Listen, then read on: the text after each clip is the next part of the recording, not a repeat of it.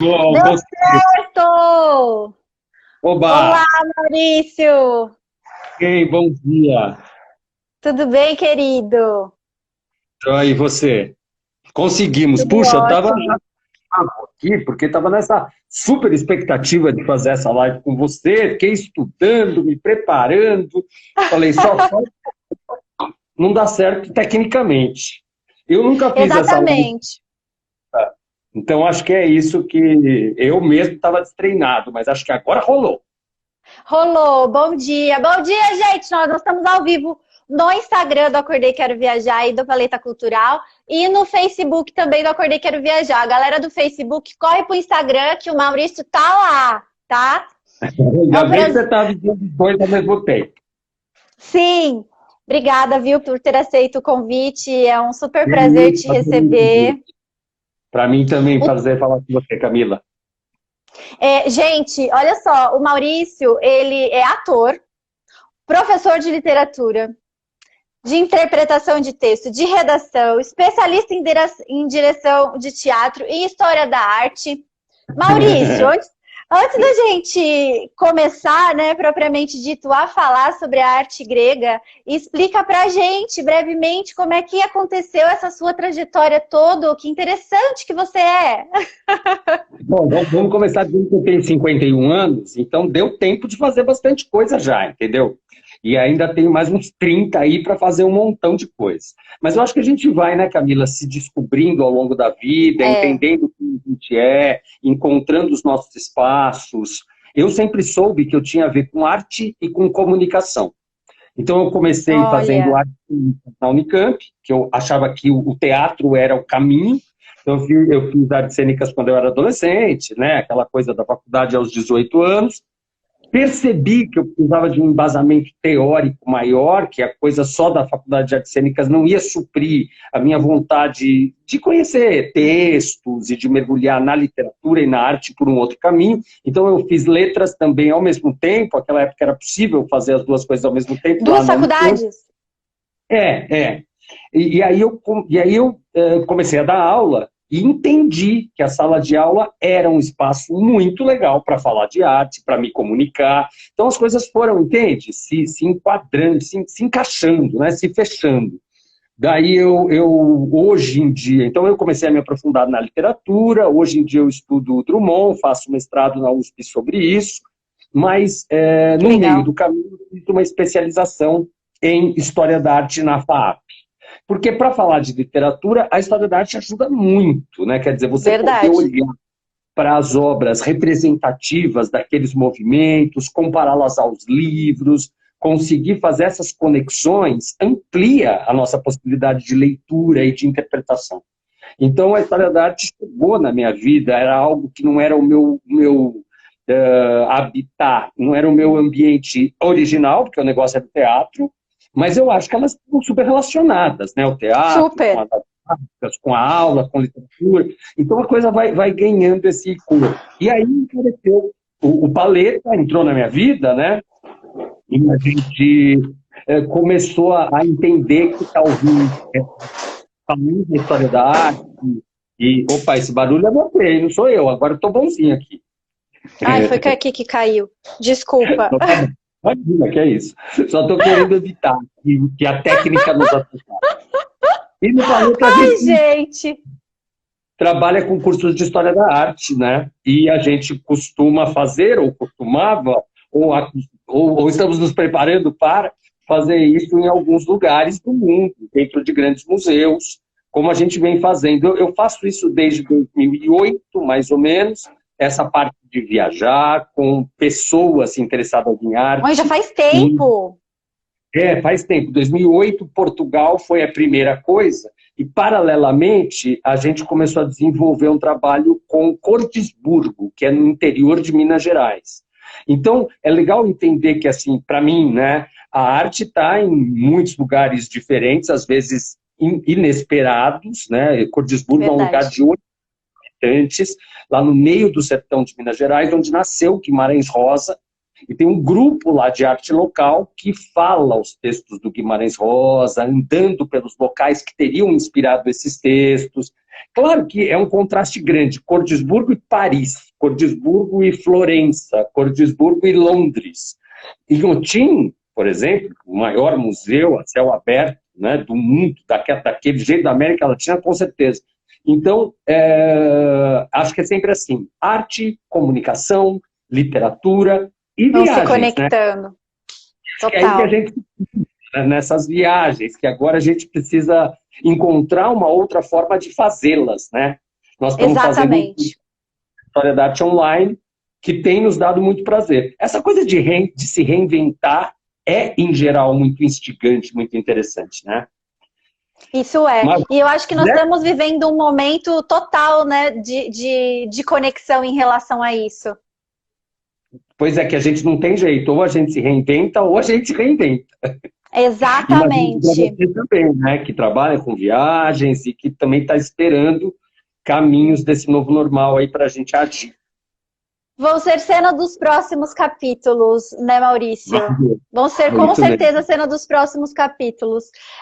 Eu acho que vocês têm um trabalho que conecta muito com o que eu faço, né? E eu cheguei até vocês por uma indicação. Camila, você conhece o trabalho da Paleta Cultural? Eu falei, meu Deus, que coisa maravilhosa! E vocês não poderiam deixar de estar aqui nesse quadro sobre a história da arte. Eu estou muito feliz. O nosso primeiro foi sobre o Egito, né? Agora sobre a Grécia. E aí a gente tem mais outros vários aqui. Renascimento, barroco, impressionismo, vanguardas e arte contemporânea. Então vai ser uma conexão de ideias. Eu digo que não é um mini curso, mas é um mini curso, porque são coisas muito importantes que a gente vai aprender aqui, né? E o tema de hoje... Ao vivo, gratuito, que me parece muito bom também nesse processo, porque dentro disso, tudo que está acontecendo, rola essa coisa de democratização de conteúdo, da gente ter a possibilidade de falar com quem quiser ouvir, gratuitamente, né? E isso, sem dúvida, fazer com que a arte transpire, transborde, né, Camila? Porque eu tenho sentido que a arte é o YouTube, né? Eu tenho sentido muita falta de ir ao teatro, por exemplo, de ir numa exposição, e aqui falar sobre arte é algo que minimamente nos acalma. Exatamente. Você sabe que é o que está acalmando o meu coração agora nessa quarentena também. Porque a gente precisa explorar coisas novas, né? E esse contato com a história da arte, onde surgiu, e as pessoas que nos assistem aqui no Acordei Quero Viajar pediram tanto, por que você não faz uma minissérie com vários temas, né, da história da arte? E cá estamos, né? E cá estamos. Então vamos começar a falar sobre a Grécia, que é um tema sensacional, né? Importantíssimo para a nossa vida. E eu gostaria que você começasse falando, né? A antiga civilização grega acreditava, assim como os egípcios, mas de diferentes formas, em inúmeros deuses, inúmeros, que por sua vez, eles apresentavam algumas características de seres humanos, né? Eles eram humanizados e eles tinham, gente, esses deuses, defeitos e qualidades. Eu gostaria que você explicasse pra gente um pouco como é que era essa relação da sociedade no geral, dos reis e com a religião e com a mitologia. Então é muito interessante você começar a falar sobre mitologia e sobre religião, porque eu acho que a gente pode partir de um pressuposto que a arte na antiguidade ela tem uma dimensão extremamente ritualística, né? Então, quer dizer, para que arte? Para que construir as pirâmides do Egito? Para que todos os templos construídos no Oriente e na Grécia, sobre o lugar que nós estamos falando, né? Justamente para louvar aos deuses, justamente para estabelecer esse contato. Eu acho que a arte, né, e isso vem lá do Egito, sem dúvida nenhuma, porque no Egito a arte nos conectava, né, a arte era uma preparação para o mundo dos mortos, muito mais importante porque é o dos vivos. Na Grécia, eu tenho a impressão que a arte faz esse contato, a arte estabelece esse contato entre os mortais e os deuses. É por meio da arte que a gente vai conversar com os deuses, entender o mundo dos deuses e como eles são, como você muito bem disse, dentro dessa mentalidade politeísta, né, dessa religiosidade politeísta, como eles são muito parecidos com a gente, como eles também sofrem, como eles sentem ciúme, como eles têm medo, como eles fogem. Quer dizer, já que há essa semelhança, a nossa possibilidade de aprender com o comportamento deles é muito grande. Aprender a viver, a funcionar. Então, essa nossa relação com deuses acontece por meio da arte. É legal entender que nós estamos falando de vários focos diferentes quando a gente pensa em Grécia Antiga, né? A gente não tem uma ideia de Estado, uma ideia de nação, que é um conceito moderno.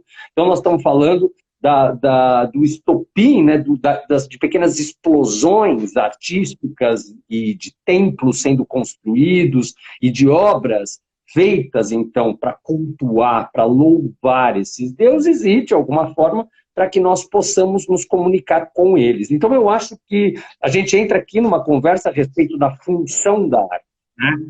Que eu acho que é uma discussão, Camila, independente do lugar sobre o qual nós estivermos falando, uma discussão muito relevante.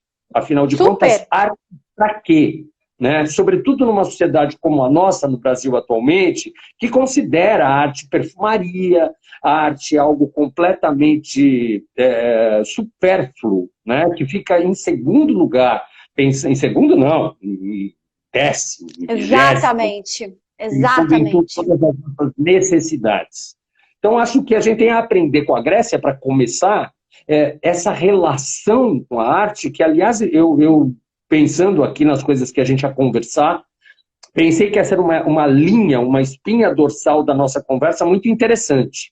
Essa relação com a arte de forma ritualística, né? Esse encontro com as artes sempre muito ritualizado, com muito respeito, com muita admiração, colocando a arte mesmo num pedestal, porque, afinal de contas, aquilo me traduz. Aquilo traduz a época que eu vivo, traduz o mundo à minha volta, e isso vai ficar para sempre, como um registro. Tanto que nós estamos aqui em 2020 a arte do século V a.C., né, para pensar na época áurea da Grécia.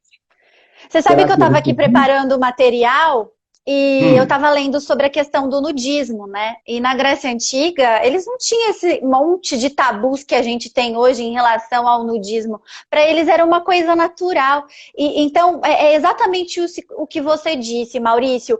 Como que a gente se expressa naquele momento? E naquele momento, eles se expressavam daquela maneira, né? Não tinha esse monte de tabu que a gente tem hoje com relação ao corpo.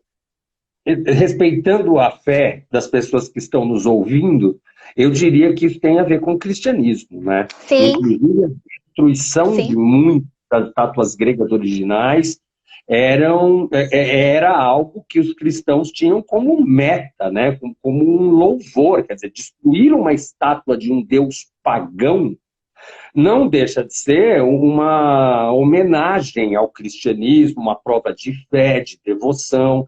Então, eu acho que há uma série de confusões aí, né? Nada a ver com você acreditar ou não acreditar em Deus, não é disso que nós estamos falando. Mas as culturas anteriores ao cristianismo precisam ser respeitadas, ouvidas, compreendidas. Quanto mais conseguirmos mergulhar nisso, eu insisto, desculpa, essa é muito a minha forma de pensar, mas a gente vai se entender. Eu acho que é para isso, sabe? E essa relação com os deuses, seja por meio da arte, seja por meio da religiosidade, também consiste nessa busca. Afinal, estamos nesse planeta fazendo o que mesmo? Viemos para cá para quê? Para entender como funcionamos e como dialogamos com o mundo à nossa volta. E aí a arte é uma ferramenta incrível para nos ajudar nesse sentido, né? Total.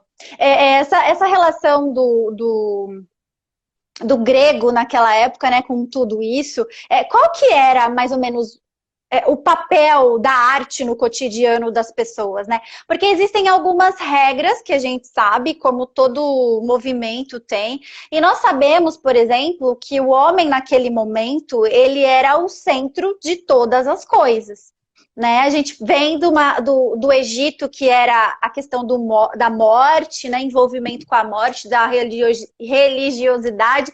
E aí você vem para a Grécia, que o homem passa a ser o centro e eles começam a valorizar a questão da razão e da beleza. Fala um pouquinho qual que era esse papel da arte naquele momento. Falo da arte. E aí, só para a gente se localizar, então, vamos falar sobre o século V a.C., porque o século V a.C. é o famoso século de Péricles, e é o século, dentro das 3 fases, eu sei que nós vamos acabar chegando nisso, dos 3 momentos em que a gente pode dividir a arte grega, né? O período arcaico, o período clássico e o período helenístico. É no período clássico, exatamente no século V, de 750, mais ou menos até 328, mas com o apogeu no século V a.C., que a arte efetivamente se relaciona com as pessoas e com a sociedade de uma forma muito intensa. Como eu disse no início, eu fiz artes cênicas, então, claro, tem uma relação grande com o teatro, e essa ideia do nascimento no teatro na Grécia. Nós estamos falando, é interessante, porque a tragédia grega, ela nasceu e morreu no século V. Quer dizer, os 3 grandes tragediógrafos, Ésquilo, Sófocles e Eurípides, os 3 viveram no século V. Então, com a democracia, né, no século de Péricles desenvolvida, Atenas, um grande centro, o Partenon construído, inclusive erguido, também nesse período, na era clássica, as esculturas colocadas, né, no próprio Partenon, também como representações dos deuses da mitologia e da vida das pessoas que lá iam para cultuar a esses deuses e para chorar os seus lamentos. Quer dizer, a arte tem esse papel de espaço de discussão, né? E no teatro isso é muito claro. Quer dizer, as peças de teatro desses grandes tragediógrafos colocavam os problemas daquela sociedade em xeque. E como eu estou olhando, quer dizer, se eu estou sentado ali num daqueles teatros gregos de mais de 10 mil lugares, com uma acústica perfeita, né? Muito interessante a gente pensar isso hoje para se construir um teatro, cuidado com a acústica e a forma como o teatro é construído, perfeitamente contribui para a propagação do som, desde lá da boca do ator, que está lá embaixo, até o cara lá em cima, no lugar número 10 mil. E ao sentar ali e ouvir aquela peça e entender aquela conversa, eu vou percebendo que ele está falando da cidade em que eu moro, ele está falando de um problema que eu tenho na minha casa, ele está falando de algo que me atormenta. Então é essa participação da arte de uma forma muito mais, eu vou chamar de natural, uma forma muito mais natural do que acontece hoje, porque hoje nós estamos invadidos pela indústria cultural. Hoje a gente tem uma quantidade de lixo que nos é jogado, assim, em termos de cultura, do que se chama cultura, né, do que se entende como cultura, e é mais complicado. Eu tenho a impressão que na Grécia essa relação com a arte ela é mais direta, mais pura, mais genuína. Então, acho que outra vez, você vê que eu já estou misturando todas as perguntas que você me fez aqui, porque eu acho que nós estamos tendo uma conversa com uma linha de raciocínio que eu fico pensando que temos que aprender com a Grécia, porque acordamos domingo de manhã de querermos viajar. Por que nós acordamos para falar sobre a Grécia? O que isso nos traz? O que isso nos ensina? Então, nos ensina essa incorporação da arte, esse mergulho nesse universo artístico que tanto pode nos ensinar, e que lá, sobretudo no século V, durante o século de Péricles, era mais naturalmente parte da vida, né? O teatro hoje em dia, você vê, não só por causa da pandemia, né, mas há uma desvalorização contumaz, o cinema brasileiro, quer dizer, essas coisas isso é verdade. vão do nosso cotidiano, né? A gente acaba assistindo uma série, a gente vê enfim, a gente vai sendo absorvido, né, por tudo que é mais fácil, porque a arte não é fácil, né, Camila, no sentido não é. Você precisa abrir não é de compreensão. A gente fala muito na paleta sobre o diálogo, estabelecer um diálogo com a obra, né? Porque às vezes não é só sobre entender, mas é sobre estar aberto, é sobre olhar, é sobre conseguir se reconhecer naquilo. Então, às vezes a gente fica um pouco preso na nossa sociedade, sei lá como chamá-la, pós-capitalista, pós-verdade, sei lá, A sociedade, parece que esse diálogo ele está sempre muito travado, né? Até eu conseguir chegar e olhar uma obra de arte. Eu estou pensando aqui, por exemplo, em grandes museus, aqui no MASP mesmo, em São Paulo, durante a exposição da Tarsila, o Abapuru. Sabe essas obras que a gente Sim. vê toda hora nos livros de escola, ou na TV, ou sei lá, e que de repente está na nossa frente, né? O quanto é difícil ficar ali parado olhando. O quanto é difícil. Porque o celular está vibrando no bolso, porque tem um tipo de fila e as outras pessoas se acotovelando, porque o Você filho tem está com influência fome. de todos os lados, né? Você tem influência de todos os lados. Acho que na Grécia a relação é outra, né? Sim. E por quê? Porque isso tem a ver com o sagrado sobre o qual estávamos falando. Tem a ver com essa relação ritualística. Quer dizer, não dá para você chegar na frente de uma obra que carrega uma história, carrega camadas de informação transformadas em cor, em forma, ou em som ali, né? De qualquer jeito. Não dá para isso entrar por aqui, sair por aqui. Não dá para simplesmente olhar e falar, bonito. Não é sobre ser bonito. É sobre o que aquilo traz, não é nem como mensagem, sabe? Às vezes fica chato, parece assim que tudo é aula, tudo a gente tem que tirar uma mensagem. Não é isso. Não é que eu tenho que ficar na frente do quadro com um caderninho. Não, eu tenho que me instrumentar, como você está proporcionando aqui a tanta gente nessa manhã de domingo, me instrumentar, conseguir ter algum repertório, desenvolver ferramentas para ler as obras, e aí a possibilidade de eu conversar com aquela obra e dela me levar, né, talvez até a um entendimento, mas é um entendimento emocional, um entendimento que é com o corpo, né? E que é diferente. Tem o auxílio da cabeça. Eu acho que, diferente. Eu acho que é por aí. Essa naturalidade é algo que realmente faz a gente ficar com vontade de ter experimentado, viver um pouquinho lá naquele século V, né? Total. E você sabe que, pegando um gancho, né, para a nossa próxima pergunta, que conecta exatamente no que você está falando, aonde a gente vem mostrar para as pessoas a questão dos 3 principais períodos que nós tivemos lá na Grécia Antiga, que é o arcaico, o clássico e o helenístico. Alguns estudiosos dizem que foram 5, porque é lógico, entre um período e o outro, a gente tem aquele período de transição, né, onde as coisas vão se transformando. Então, eu gostaria que você falasse um pouquinho o que marca cada movimento desse, né, de diferente do arcaico, do clássico, do helenístico. Quais essas características que a gente consegue observar? Por exemplo, eu vou para a Grécia viajar e como que eu consigo reconhecer isso, né? Uhum. Eu acho que é razoavelmente simples, porque nós temos lá no período... E só para fazer um comentário sobre o que você disse a respeito de 5 fases, eu acho que a gente poderia dividir em 10, né? Porque realmente exato. Então, sei lá, 200 anos, às vezes mais, né? Imagina, o período arcaico, didaticamente, ele começaria em 750 a.C. e terminaria em 480.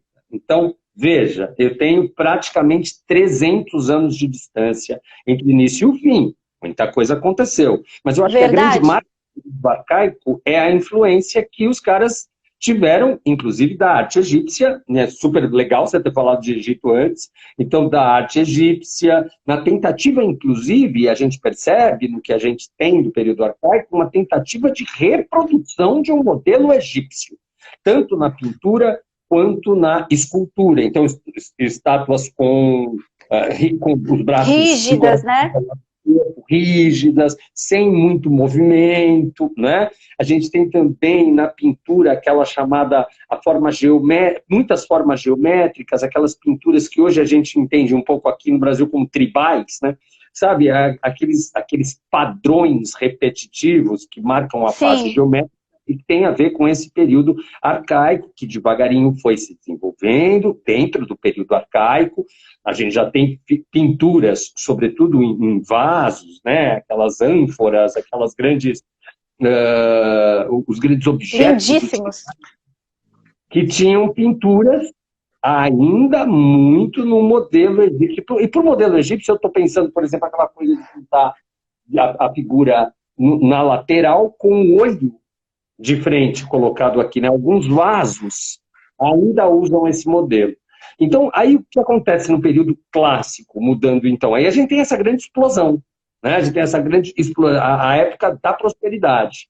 E, claro, essas esculturas vão ganhando outras formas, ainda não tão completamente distorcidas, como a gente vai encontrar no período helenístico, mas elas vão ganhando formas mais humanas, né? A gente tem um movimento, desenvolvimento, é o desenvolvimento da filosofia, né? As esculturas também marcam as grandes vitórias gregas, especialmente a vitória contra os persas, porque foi nesse momento da vitória contra os persas que a gente pode dizer que o período clássico deslanchou, né? O período clássico se desenvolveu a partir disso. Então, também, essas questões militares, a gente não encontra no período arcaico. O período helenístico, você vê, helenístico, chamamos helenístico, porque isso tem a ver com Helena, né? Tem a ver com essa ideia de grego, né? Helenístico como um sinônimo do que é grego. Então, o que a gente percebe no período helenístico? A gente percebe mais sensualidade, e aí está a Vênus de Milo que não me deixa mentir, né? A questão do movimento, o famoso escorço, o tronco virado. A gente tem esculturas extremamente retorcidas e muito emotivas, como Laconte, que está lá no Museu do Sensacional, Laconte. A gente tem uma serpente, né, envolvendo o corpo dele e dos filhos, então há uma expressão de dor no rosto desse homem, tendo o seu corpo esmagado, que é uma coisa que no período arcaico e no período clássico é muito menos emotiva, muito menos viva. Do que antes. Então, o helenístico ganha essa vida, né? Eu acho que a gente está caminhando para algo que fica muito claro também quando a gente olha para a arte romana, Camila, que é um caminho para a humanização. Olha como as coisas se encaixam, para a gente pensar na coisa ritualística sobre a qual falávamos, na relação com os deuses, né, que comentávamos, quer dizer, a arte era sobre os deuses, sobre o mundo dos deuses, era sobre o mundo dos mortos. Então agora sobre o mundo dos deuses, e ela foi chegando, e os homens foram entrando mais, e participando mais. Isso é tão claro, tão claramente perceptível, por exemplo, no teatro, o quanto que algumas peças de teatro eram muito mais voltadas para esse universo divino, e os homens iam entrando e participando até chegarmos no último tragediógrafo grande, que é o Eurípides, em que Deus aparece quase como o que a gente chama de Deus ex machina, né? Vem Deus no meio da cena, resolve o problema que não tinha mais como os mortais resolverem, e aí, então não é sobre os deuses, né? É sobre os homens e a interferência possível e benéfica que os deuses podem ter. Tá e trazer pra gente, né? Sim, total. Então, caminhando com uma humanização. Deixa eu só falar uma coisinha, desculpa. É que a gente vai encontrar esculturas romanas lá na frente, em que a deformação humana, eu tenho na minha cabeça uma imagem de um rosto com uma berruga aqui, cheio de rugas, quer dizer, a ideia é ir mostrando cada vez mais o homem falível, real, né? Muito diferente de um Deus grandioso, que eu vejo à distância com admiração. Então eu acho que pensando em arcaico, clássico e helenístico, nós estamos também fazendo esse percurso em direção ao humano, à dor, ao sentimento, à sensualidade. Faz sentido? A cada vez mais pegar a perfeição da expressão que a gente tem, né? Em colocar para fora, né? Faz todo sentido.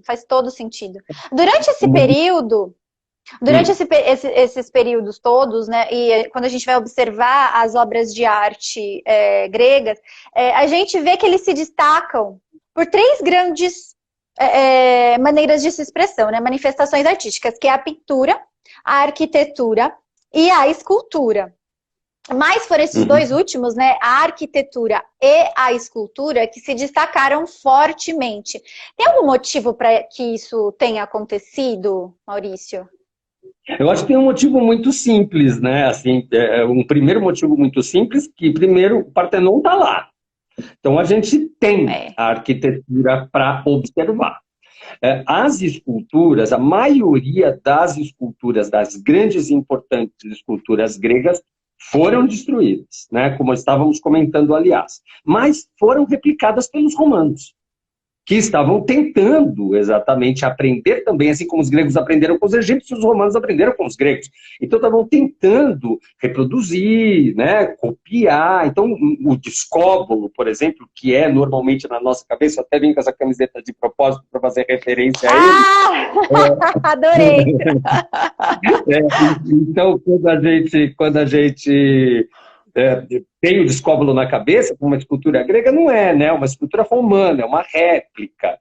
Então, quer dizer, os romanos, tudo para responder que por que a pintura é menos importante ou foi menos praticada? A pintura não chegou até nós. Vamos começar daí. A gente tem pouquíssimos exemplos. Tem um grande painel lá no Museu Arqueológico de Atenas, né? E a gente tem principalmente os vasos sobre os quais falávamos. Essa pintura feita na cerâmica. Então, a cerâmica é a maior representação da pintura grega com a qual temos contato.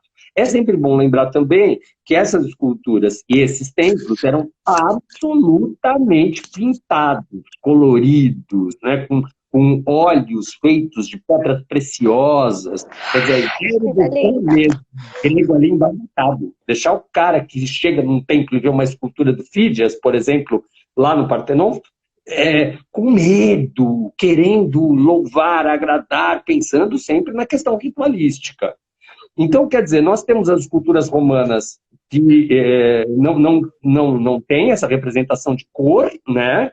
Justamente porque na hora de fazer isso, às vezes do cobre para o mármore, por exemplo, não havia essa preocupação, os caras não tinham essa... Então, a pintura na Grécia é algo que realmente está muito longe do nosso escopo. Depois, o que aconteceu?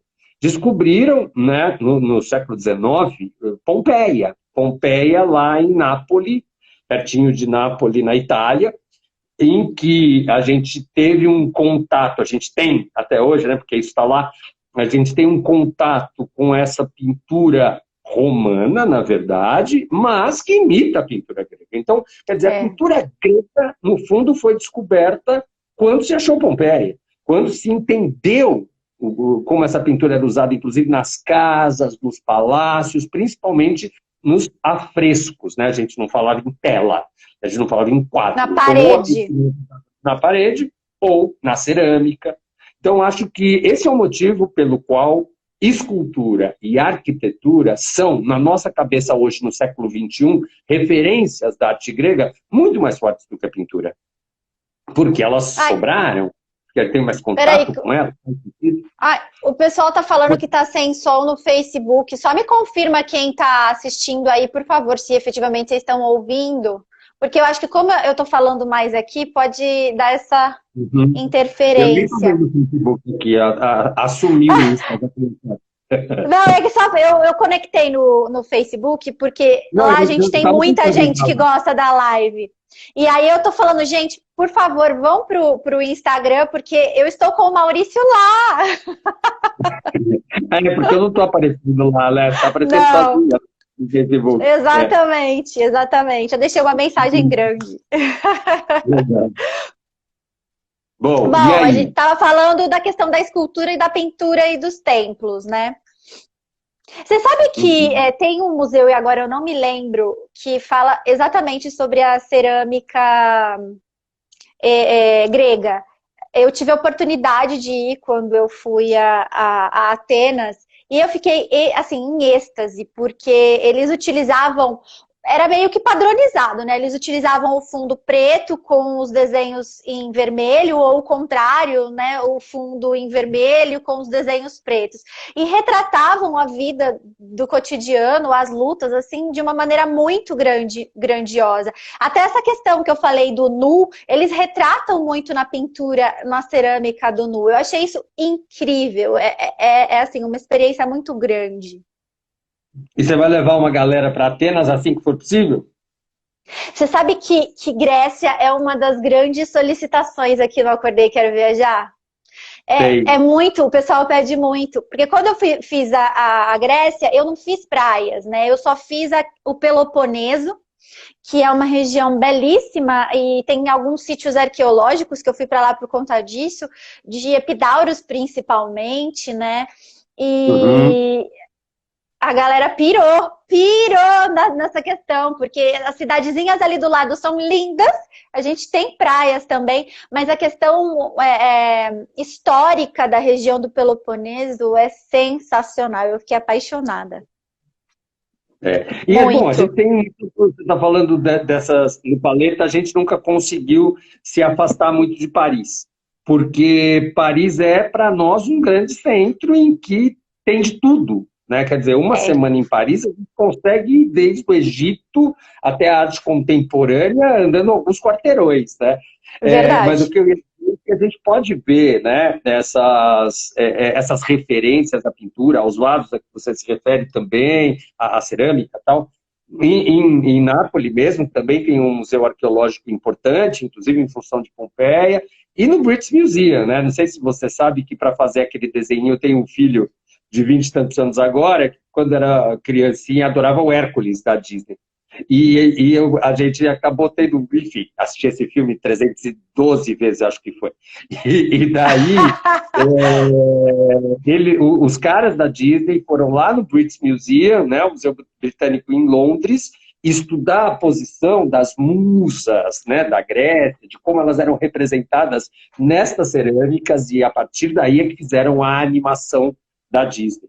Então, quer dizer, para o viajante que talvez não tenha chegado até a Grécia, ou que planeje, sei lá, ir para esses lugares às vezes mais centrais para nós, né, Paris, Londres, tal, ou mesmo a Itália, em que vai se encontrar o tempo inteiro com essa arte que está espalhada por aí, né?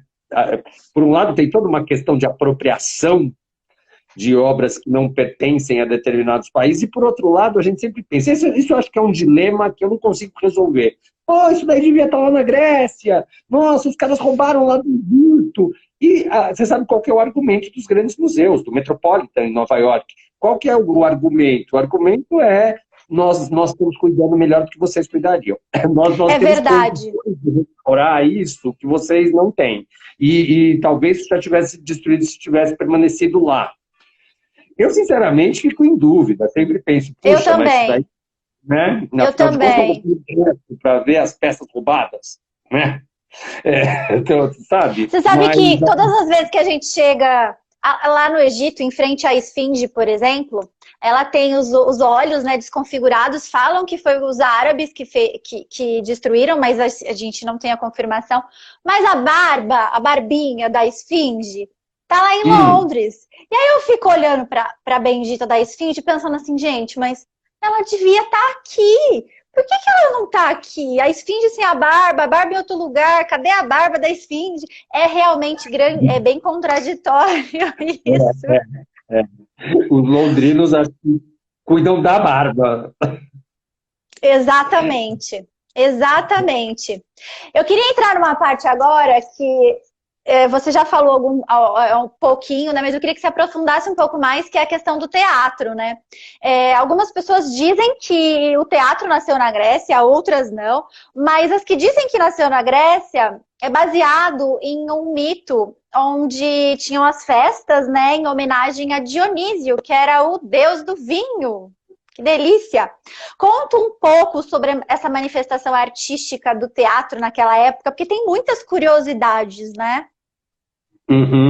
Então, nós estamos falando, na verdade, dessas festas dionisíacas anteriores ao século V a.C., né, que aconteciam no momento da colheita da uva, exatamente em homenagem a Dionísio. Então, a ideia era colher a uva e ir pisando na uva, né, amassando a uva para produzir o vinho, aquele cheiro ia subindo, os caras também iam bebendo, e essa festa para Dionísio tinha a intenção de chamar Dionísio. Vem, Dionísio, vem, vamos, entra em mim, entra no meu corpo.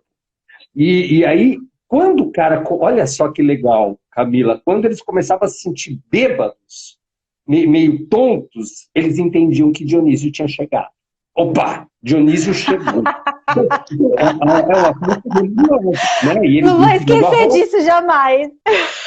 Você sabe que Dionísio é o nome grego para o deus romano, Baco, tem a mesma representação.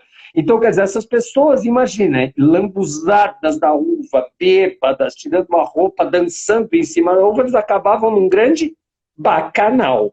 Festa em homenagem a Baco. E aí, quando a gente explica isso para os alunos, né, eles arregalam os olhos, porque a gente explica que isso é religioso, né, que isso é religioso. Esse louvor ao seu corpo, ao prazer, à sensação de embriaguez, esse louvor a Dionísio é uma manifestação de fé. Um dia, um cara completamente bêbado, em cima de uma carroça no meio dessa festa, subiu e disse: "Eu sou Dionísio!" Foi o primeiro ator. A primeira vez que Olha alguém isso! fingindo ser uma outra pessoa na frente de uma galera.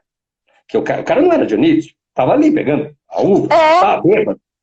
Então, eu sou Dionísio. Quem falou isso foi Tespes, que é o chamado primeiro ator, considerado primeiro ator para nós. A partir daí, nessas próprias festas, as pessoas fantasiadas começavam a brincar de serem deuses.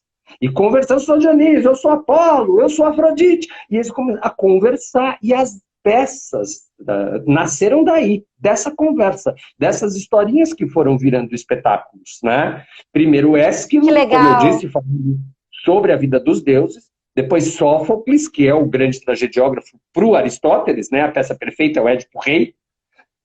Então, o Sófocles, que é o cara do meio, e o Eurípides, que é o mais humano, em que conta-se mais a Medeia, por exemplo, é uma peça do Eurípides, Hipólito, são peças em que a gente usa aquele recurso, olha só, o Eurípides, usa aquele recurso de pôr o Deus nas máquinas, que vem de fora salvar.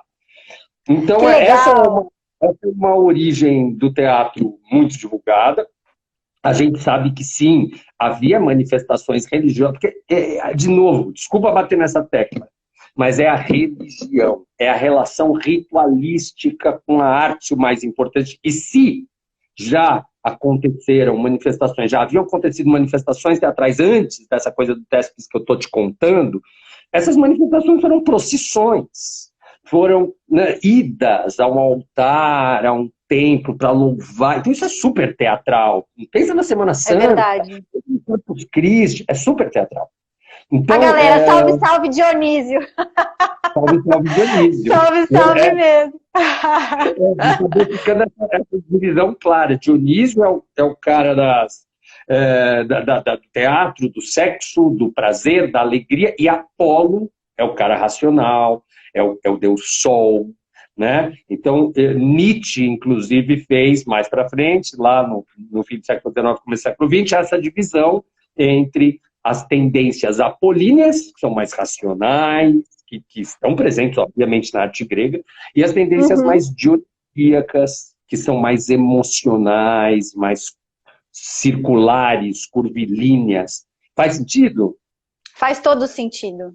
Todo então, sentido. Hoje em dia, antes de começar uma peça de teatro, os atores, eles se aquecem fisicamente, eles se aquecem emocionalmente, eles recebem o personagem. Você não chega no teatro com essa roupa de espetar, entra e começa a fazer a peça. Tem toda a preparação, é super ritualístico. Até hoje, teatro é ritual.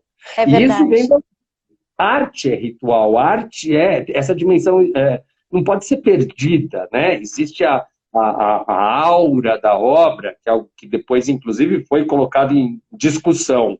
Precisa dessa aura, essa aura é fundamental. Enfim, estamos por aí. Que interessante isso.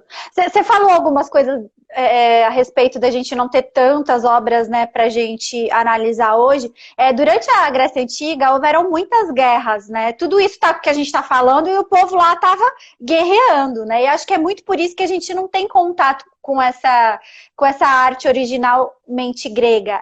Alguns historiadores contam que muitos navios, durante o Império Greco-Romano, quando Roma estava lá invadindo a Grécia, tudo, foram afundados com as obras de arte e que muitas das obras, né, das esculturas em bronze foram derretidas para poder fazer armas. Conta um pouco sobre isso para a gente. Na verdade, essa coisa de derreter as obras, ela é bem posterior, né? Pelo que eu sei, durante a Idade Média, né, essas esculturas de bronze realmente se transformaram em...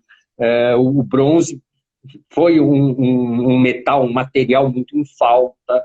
Então, derreter essas esculturas de bronze para fazer armas é algo um pouco mais medieval. Eu não sei, viu, Camila, exatamente essa coisa de navios afundados. Parece uma coisa meio assim, né? Vamos fazer uma viagem para a Grécia, vamos fazer... Porque eu acho que tem que ter um momento para ir, né? Apesar da cultura É ser verdade. faz um mergulho e de repente encontra um navio desse com um monte de obra. Eu não sei, pode ter.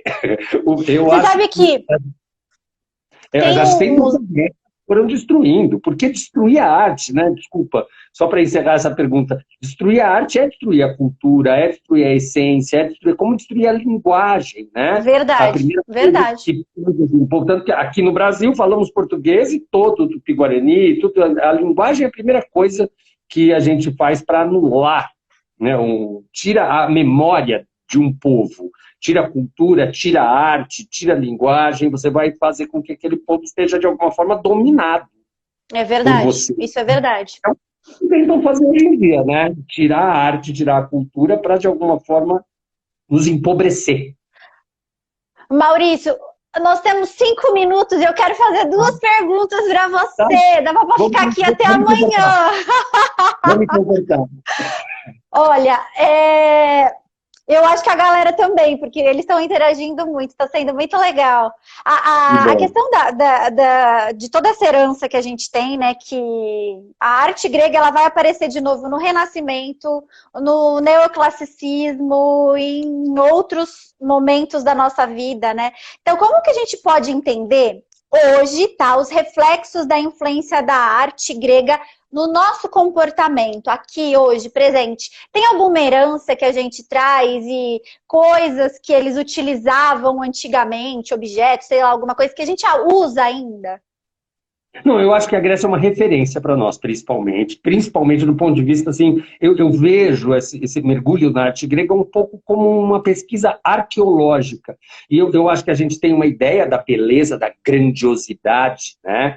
Eu vejo hoje, assim, aliás, muito negativamente, se você me permite, colunas gregas colocadas em prédios, né, ditos neoclássicos, sei lá, pensa num prédio em Higienópolis, ou em Perdizes mesmo, onde eu moro, aliás, tem muitos, sabe, sei lá, um prédio chama Creta, e ele tem uma super coluna, para dar a impressão que o cara é um imperador. Acho meio ridículo.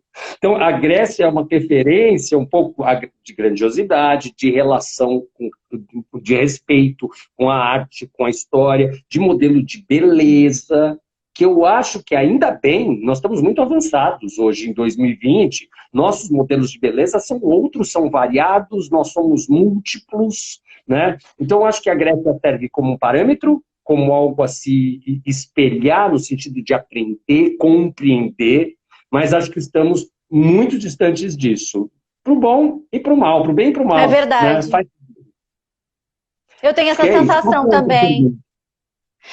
Eu quero que você fale um pouco sobre a Paleta Cultural, né, para a gente encerrar, que é uma empresa incrível que explora diversas experiências, né, tanto na parte da viagem quanto visitar museus. Eu achei sensacional o trabalho de vocês. Então, conta pra gente brevemente um pouquinho.